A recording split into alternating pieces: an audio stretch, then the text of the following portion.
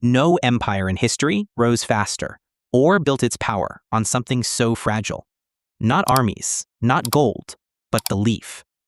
How did a handful of starving colonies, forgotten on the edge of the world, become the richest and most powerful nation in history?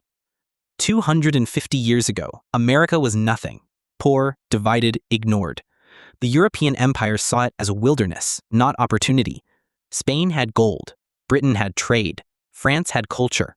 America had only hunger and a dangerous idea. While others conquered through blood and empire, America discovered something far more potent: the secret language of money.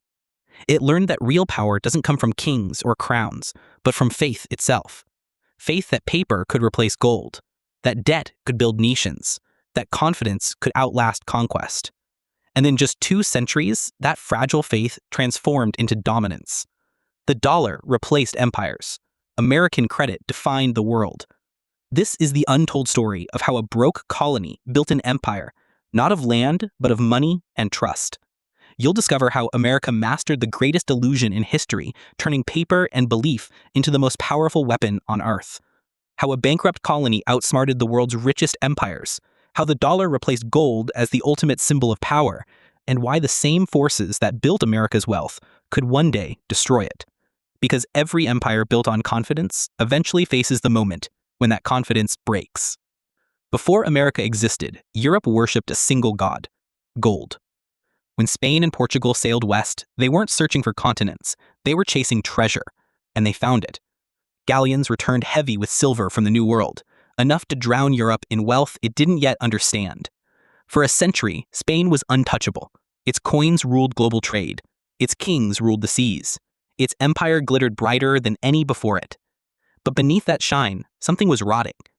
The endless flood of silver was poisoning its own power. Prices exploded, debts multiplied. Each new shipment of gold made the last one worth less. Spain's fortune became its downfall. The richest nation on earth went bankrupt, not once, but 5 times. That was the twist no one saw coming. Gold, the very symbol of strength, had turned into quicksand. The lesson was brutal, but unforgettable. Metal brings wealth, but credit creates empires. Real power lies not in treasure, but in the invisible systems that move it. Centuries later, one nation would take that forgotten truth and weaponize it. But it wasn't in Europe. It was a desperate colony across the ocean, about to invent a new kind of empire.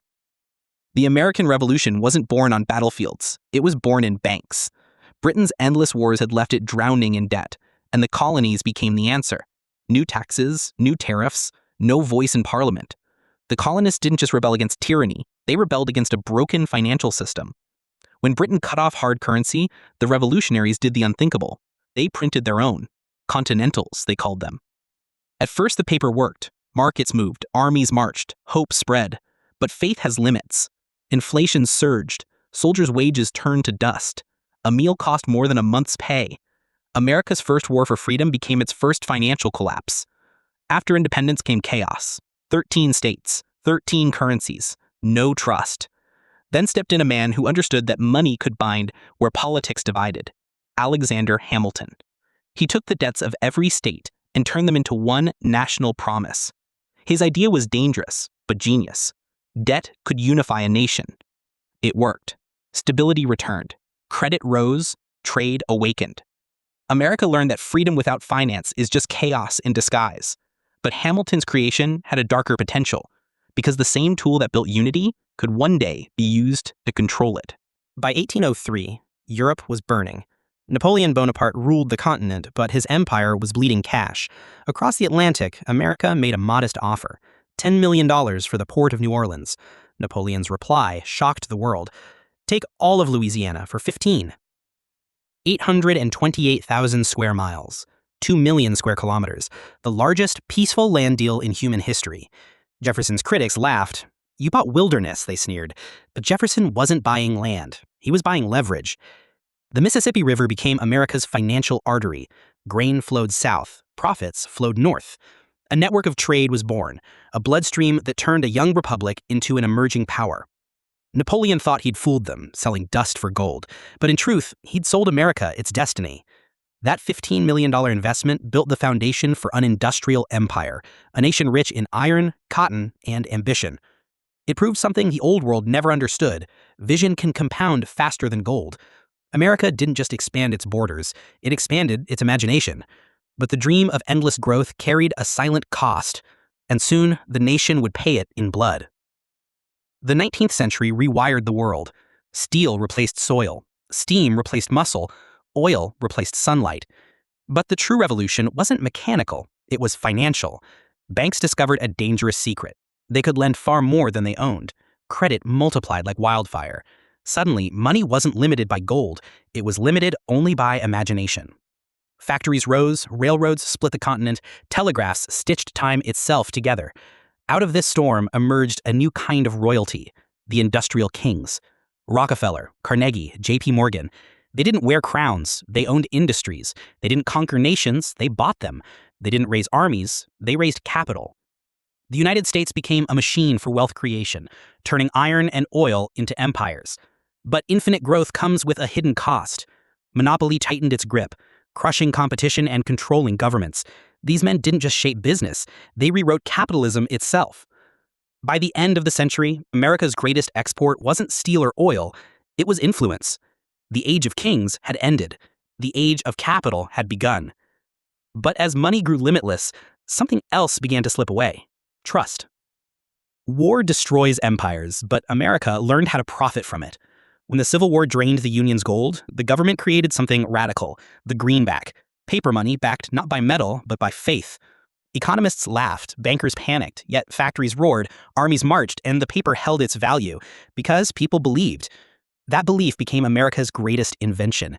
Every war that followed, from 1914 to 1945, ran on the same fuel, promises. While Europe bled, America sold the bandages, weapons, food, loans. When the guns fell silent, the United States stood untouched, rich, and owed. The world's empires had crumbled. America had become their banker. Then came Bretton Woods, 1944. 44 nations gathered in a mountain resort and crowned the dollar king. Gold no longer ruled value, the US dollar did. America didn't need colonies, it owned what every colony required, money. The sword had been replaced by the printing press, and from that press, a new kind of empire emerged, one built on confidence, not conquest. But faith is fragile, and when belief cracks, even paper empires can burn. By the 20th century, America had achieved the unthinkable. It ruled the world without ruling it. No colonies, no kings, only credit, contracts, and control. Oil was priced in dollars. Trade was settled in dollars. Debt was issued in dollars. Every economy on Earth orbited around a single belief: trust in American paper. Even nations that despised America saved in its currency, because the alternative was collapse. The dollar became more than money. It became a faith system. When Washington printed, the world adjusted. When Wall Street crashed, the world trembled. Power no longer needed armies. It only needed confidence. That was the real conquest, not of land, but of the human mind. America didn't dominate geography. It rewired psychology. Its empire ran on algorithms, interest rates, and invisible currents of capital. And in mastering that illusion, the United States unlocked the final secret of power, the ability to create value out of nothing. But illusions, no matter how grand, demand belief to survive. And the question now is the same one history has asked of every empire before. What happens when the world stops believing? Every empire in history has fallen, crushed by its wars, its debts, or its pride. But America's empire is different. It doesn't need borders. It doesn't need soldiers. It lives in every market, every bank, every transaction where numbers replace nations. Gold fades, armies tire, but faith endures. And the United States turned that faith into its greatest export. From the Mississippi to Manhattan, from the Louisiana Purchase to Wall Street, America learned that wealth isn't measured in metal. It's measured in confidence. It built an empire not through conquest, but through contracts. Not through force, but through belief. Every dollar in circulation is a small act of collective trust, a silent agreement that this paper, this number, this system has value. That illusion powers the modern world. Centuries ago, America was dismissed as a poor colony, a wilderness of farmers. Today, its currency defines the price of oil, the cost of bread, the fate of governments. It proved that wealth is not what you have, it's what others believe you can create. But belief is fragile. It can shift overnight. And now that faith isn't just in people, it's in machines. Algorithms trade trillions in microseconds, shaping markets faster than reason can follow. The empire of belief has entered the digital age, where code, not kings, commands the flow of wealth. When faith falters, even the strongest empires tremble, because in the age of money, belief is the new gold, and America owns the mine, for now. So the question isn't how long this empire will last, it's what happens when the world stops believing. If you found this story as fascinating as we did, subscribe for more untold histories of power, money, and empires, because understanding the past is the only way to see the future.